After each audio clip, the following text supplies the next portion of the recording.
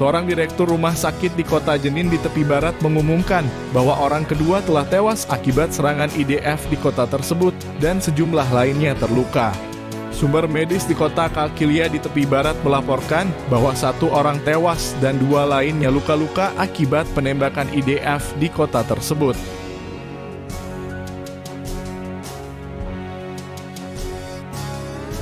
Militer AS pada hari Kamis melancarkan serangan terhadap 2 fasilitas di Suriah Timur yang digunakan oleh Korps Garda Revolusi Islam Iran dan kelompok yang didukungnya, kata Pentagon.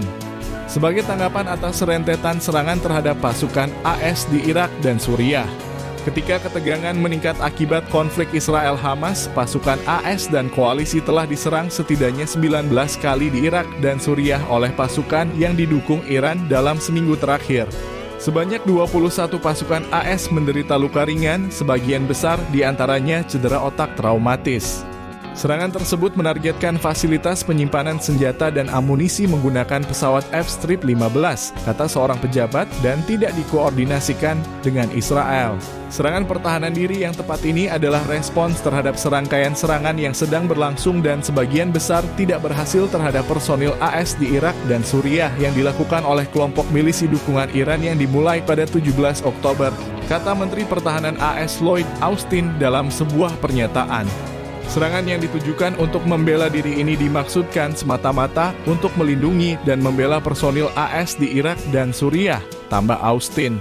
Hal-hal tersebut terpisah dan berbeda dari konflik yang sedang berlangsung antara Israel dan Hamas.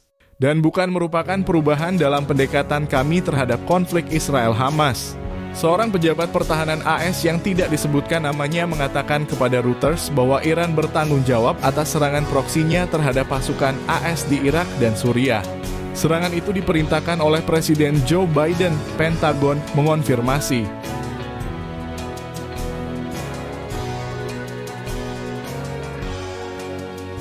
Hampir separuh warga Israel ingin menunda invasi apapun ke Gaza. Menurut sebuah jajak pendapat yang diterbitkan pada hari Jumat, yang mungkin mengindikasikan penurunan dukungan terhadap rencana serangan balasan tahap berikutnya terhadap militan Hamas yang menyandera sekitar 200 orang.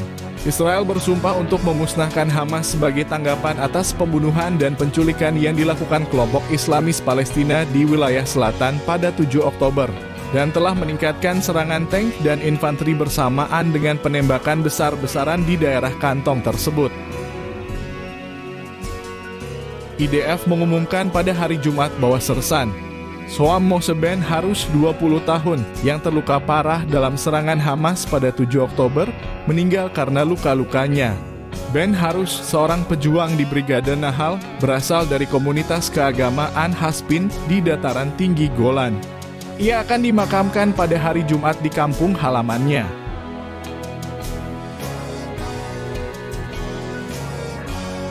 Pemboman Israel di Gaza telah menewaskan 50 sandera yang ditangkap dalam penggerebekan organisasi teroris Palestina pada 7 Oktober, surat kabar Kommersant Rusia mengutip seorang anggota delegasi Hamas yang mengunjungi Moskow.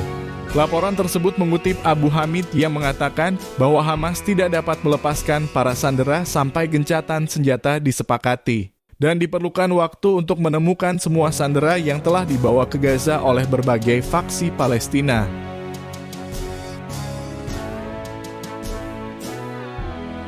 Enam orang yang terluka akibat serangan roket di kota Taba, Mesir, dekat perbatasan dengan Israel, telah keluar dari rumah sakit menurut saluran berita Mesir. Menurut laporan tersebut, rudal atau roket tersebut jatuh di dekat sebuah bangunan perumahan di kota tersebut dan sumber pengirimannya masih belum jelas. Laporan juga menyebutkan ledakan tersebut menghantam sejumlah bangunan, namun tidak roboh, dan sejumlah kendaraan rusak. Warga tersebut masih menunggu jawaban dari otoritas Mesir atas hasil penyelidikannya menurut laporan tersebut.